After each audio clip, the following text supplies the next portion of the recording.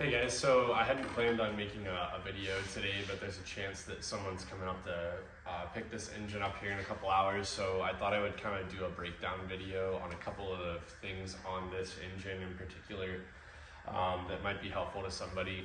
Most of it is pretty straightforward, and there's probably tons of videos on most of what I'm going to go over, but there's a couple things that I did on it that I've seen a few guys do variations of, but maybe it'll just give you some pointers and some things I did on this engine that could help you with your builds. So I'm going to go ahead and flip the camera around and do some close-up shots and just get you guys a little more in-depth detail on this before it goes out, and hopefully you guys can find it useful. All right, so I'm gonna kind of just take this description kind of like side by side. I think it'll be easier just to cover this side of the engine, and then we'll flip around. First of all, I'll go over the internals. So for the most part, it's a very common build. I mean, internally, there's really nothing special. It's all the stuff you're gonna hear everybody suggest to do. It's got a stock bottom end. It's got a Hamilton 188 220 cam, valve spring upgrade, retainers, push rods, and that's pretty much it. I am running ARP studs. They're the 425s. Nothing special on that. Those have been fine. When I built this engine, I didn't O-ring it, which was a huge mistake, but I was rushed to get it together, so it is what it is. I blew the head gasket once, but it has held since. It hasn't been driven that hard though, so it probably wouldn't take much to pop that. And so on this side, we have Steed Speed manifold, T4. It's inverted to clear the compounds. And then, like I'm sure most people know, but if you're gonna run compounds and your big charger is up in the air like this, you need to have this spacer here on the manifold so that the outer shell of the turbo clears the manifold. So that's from Whirly. And then I'm running billet freeze plugs. And then also on this side, so this is the stock turbo drain line, that's standard. But when you run compounds on a 12 valve, you have to go into the pan for the extra drain. And so when I did this one, I was actually kind of in a rush to get to an event. So I did the power driven tip of just, punch a hole in the pan and then JB weld a fitting in. And it's held up, but like you can see there's like a leak, and it's definitely not ideal. It can be done well, better than I did it, but highly suggest just welding a bung in. And then I will try to get some part numbers for you guys on the dual feed, but nothing is out of factory up here. I mean, this is how they come. It's just one port is blocked off. So they are different sizes where they thread into the block itself. So that's what I'll try to find for you. But that's easy. Anyone can do that. On this side, there's probably some things that don't look normal, like down here. The bracket for the tensioner and your coolant is typically also has the bottom part where your AC compressor mounts to. And because I'm not running any AC in this truck, I figured I would just clean it up over here. And so we hacked the bottom of the mount off here, and we just cleared out this bracket system. I mean, it's not necessary, but it just gave some more room down there when it was in the truck. The last thing really on this side would be the fleece coolant bypass, which I did. And then there's nothing really too special about the install on that. It's basically just this rear freeze plug gets knocked out, and then the kit tells you how to do the rest of it. But it's very straightforward. 2 bolts in the back, your mounting tabs here and here, and then you just tap right into the neck there on the coolant line. So as far as fuel goes, I'm running Ducky 5x16 injectors. And then I'm running a maxed 180 horse pump from Farrell. And that's pretty standard. I mean, he just basically maxed everything out. I have a build sheet on it if anyone cares to know, but that's pretty straightforward. Probably the most notable thing on this side that everyone asks about is this throttle bracket. And I actually found the guy who made this on YouTube and I'll try to link his page if I can find it again. I had a hard time finding it the other day, but these are awesome kits. I mean, he sells these like as a system ready to go. It's this lower bracket down here. The spring was already attached, this bracket, then the actual bar itself, and then the system up here that holds like your throttle cable, and then this arm as well. It all comes together. And as some of you might know, the factory system is, you know, not only to me is it like way over cluttered, it's also very, very expensive for no reason. I think this kit was actually like half the price of a factory throttle system. So, I mean, definitely an investment, but I thought it was a no-brainer.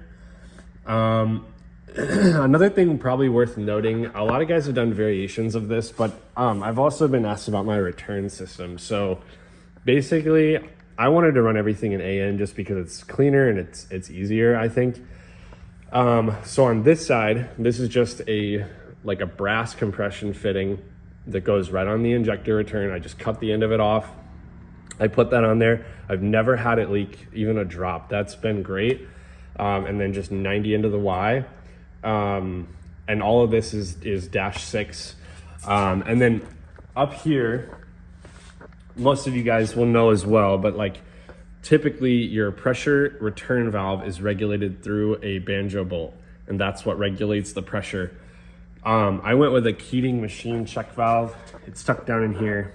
You can see it right there. It's a 50 PSI gauge, and it's just mounted right in line. That regulates everything. Very simple. And then I just had one line that ran all the way back to the tank.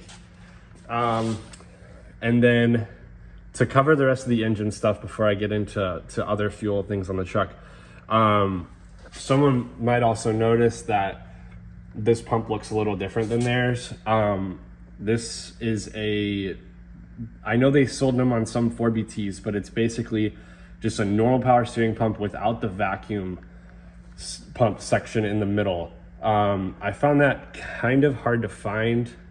They're just a little hard to get a hold of, but this truck required no vacuum because of the chassis swap and because I'm not running HVAC. So I wanted to just delete it and not even have it there again, just for the sake of cleaning things up. So that's probably a little bit different for you as well. And in some point in the video, I will go into my power steering lines and how I routed all of that stuff as well, because there were some unique things getting all of that to run in AN fittings as well. Also on this side, I'm running the King Speed tappet cover. This thing is awesome, and the guys at King Speed were great answering a couple questions I had and calling me after hours and stuff. So I highly recommend those guys, and their products are just awesome. I'm gonna clip this video really quick. I'm gonna grab my catch can and I'm gonna show you how I mounted all of that as well, because that's probably a lot of 12 valve guys don't run the system because people don't make kits for them. So I'm gonna show you how I did that really quick. Okay, so this is how I have this Vibrant catch can mounted here on the back. And once again, I'm so bad remembering this stuff, but I'll tag them in the description as well. But someone makes this bracket for this Vibrant catch can that works on a common rail. Now I had to kind of cut it up and modify it where it mounts to the block to make this work for the 12 valve. Typically it's held on with 2 bolts, but I mean, this thing's not heavy and it doesn't really matter. So that's normally where your tie down is gonna go, or your lift point. So you basically have to take this bracket off and then just mount the catch can there.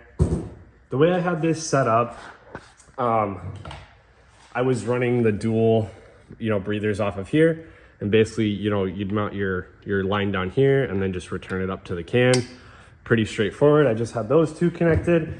And then I was also running the King Speed fuel pump block off, which is sweet as well. And then that was just tied into the drain for the catch can. So that would just mount down here like so. And then, the lines would go up to the catch can.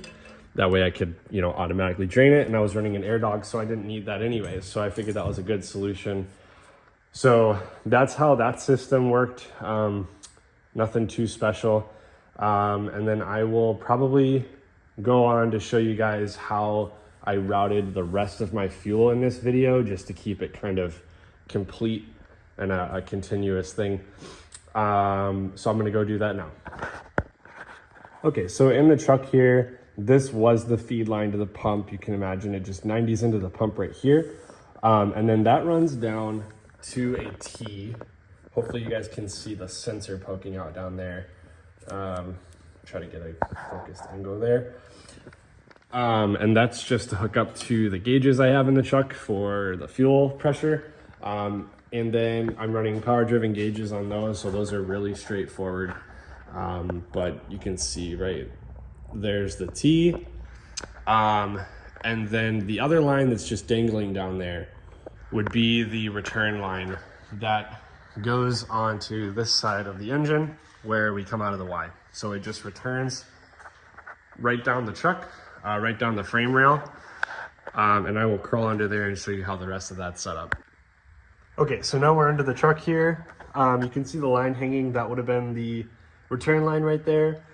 And then I ran all these through the far from stock frame mount brackets, which highly recommend these. These things are sweet. You can adapt anything you want. So like they have zip tie hold downs, and then they have the AN hold down. So these are just normal AN clamps. You basically, all you're doing is you're drilling out the bottom side of the clamp where the bolt will typically thread into. Drill that out smooth so that the bolt slips through.